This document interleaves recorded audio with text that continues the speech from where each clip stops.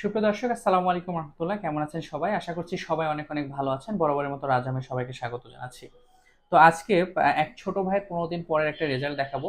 আপনারা অনেকেই প্রশ্ন করেন যে অপারেশনের পরে পেশেন্টটা কেমন থাকে, রেজাল্ট কেমন হয় দেখানোর জন্য। তো আমি সবসময় চেষ্টা করি যে অপারেশনের পরে কার কেমন রেজাল্ট হচ্ছে, ভালো হোক আর মন্দ হোক, সবই কিন্তু আমি এই চ্যানেলের মাধ্যমে তুলে ধরি।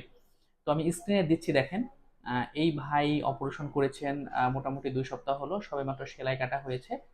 তো অপারেশনের আগে অনেক কিছু জানার থাকে। তো আমি সবকিছুই ক্লিয়ার করে দিয়েছি যে অপারেশনের আগে কিভাবে চলতে হবে, অপারেশনের প্রিপারেশন কিভাবে নিতে হবে।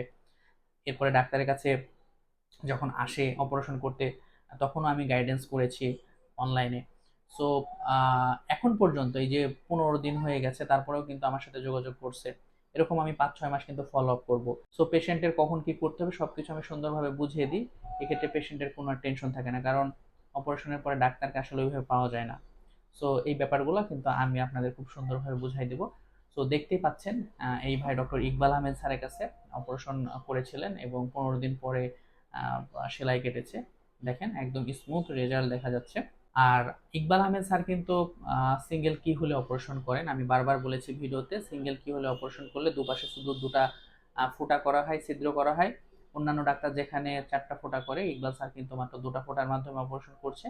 এর মেন বেনিফিটসটা হচ্ছে আপনার দাগ কম হবে এবং 6-7 মাস পরে আর বোঝা যাবে না যে আপনার অপারেশন হয়েছে। সো এই ভাই রেজাল্টটি আপনাদের কাছে কেমন বলে মনে হচ্ছে অবশ্যই কমেন্ট করে জানাবেন। পেশেন্টের সাথে আমার সবসময় যোগাযোগ হচ্ছে, পেশেন্ট স্যাটিসফাইড যেহেতু 15 দিন মাত্র। সো 15 দিনের যে রেজাল্টটা, যখন সময় বাড়বে, 3 মাস যাবে, 4 মাস যাবে, 5 মাস যাবে, নর্মালি 5 থেকে 6 মাস ওয়েট করতে হয় একটা গাইনোকমাস্টিক অপারেশনের পরে ফুল রেজাল্ট আসতে। তো যখন সময় আরো কিছুদিন যাবে, এর ওনার রেজাল্ট কিন্তু আরো ভালো হবে। 1 মাস পরে মালিশ করতে হবে, কিভাবে মালিশ করতে হবে সেটাও আমি ওনাকে বলে দেবো। বলতে গেলে সার্বিক ব্যাপারটা যেন খুব সুন্দরভাবে হয়, খুব সহজে হয়, সেই চেষ্টাই আমি করে যাচ্ছি। তো ভাইয়ের রেজাল্টে আপনাদের কাছে কেমন মনে হচ্ছে অবশ্যই আপনার মূল্যবান মন্তব্য কমেন্টে জানাবেন। আর গাইনোকমেশিয়া নিয়ে যদি আপনাদের আরো কোশ্চিন থাকে, স্ক্রিনে যে নাম্বারটি দেখতে পাচ্ছেন সেই নাম্বারে হোয়াটসঅ্যাপে এসএমএস করবেন। এসএমএস করলে আমি ক্লিয়ার করে দেবো। যাদের ব্রেস্টটা একটু বড়,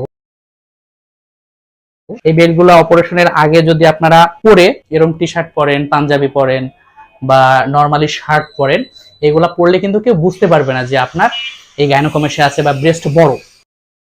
যারা গাইনোকমেশিয়া পেশেন্ট, যারা অপারেশন করবেন, তাদের এই বেল্টগুলা কিন্তু দরকার হয়। অপারেশনের পরে 21 দিন এই বেল্টগুলা পরতে হয়। আপনার শেপটা ঠিক রাখবে, পরেও কমফোর্ট ফিল করবেন। এই বেল্টগুলা পরে কিন্তু আপনি টি শার্ট, গেঞ্জি টেঞ্জি পরে বাইরে গেলেও কেউ বুঝতে পারবে না যে আপনার অপারেশন হয়েছে।